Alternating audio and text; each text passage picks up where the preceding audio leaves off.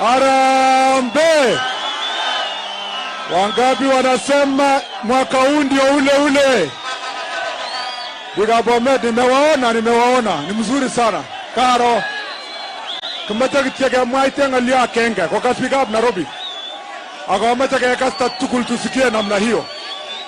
Number one ni kwamba I want to say this without fear of contradiction. I know the debate in the country is centered on the things that were said in Eldoret by Honorable Mithika Linturi. The first thing I want to say as a member of the team that we are together as UDA is that we first apologize on behalf of Honorable Linturi, who has also apologized. We want to say that we apologize for what Honorable Linturi said.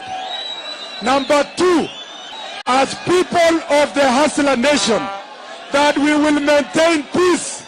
We will respect everybody. We respect our competitors. We know that politics is about competition. It's not about communities and tribes. And for that reason, we will stand firm as leaders to ensure that this goes forward. The last thing I want to say, I know that we have shades of political opinions. Haya, sukuma kidogo. Haya, sawa.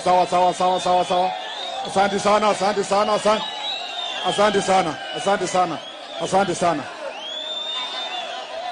Your Excellency Deputy President, we want you to focus on the development of our people of this region, because we know we are not supporting you because you come from Bomet. We are supporting you because we believe, Your Excellency, that you have a program and agenda that will change our country. We therefore want to ask you to continue working with us. We will stand behind you as leaders from this region. We will stand from you and as UDA, and we will give you leaders from all UDA party to lead this country. Asante sana na Mungu awabariki. Wangapi wanasema Rais ni William Ruto? Wangapi wanasema UDA? Asanteni sana, Mungu awabariki.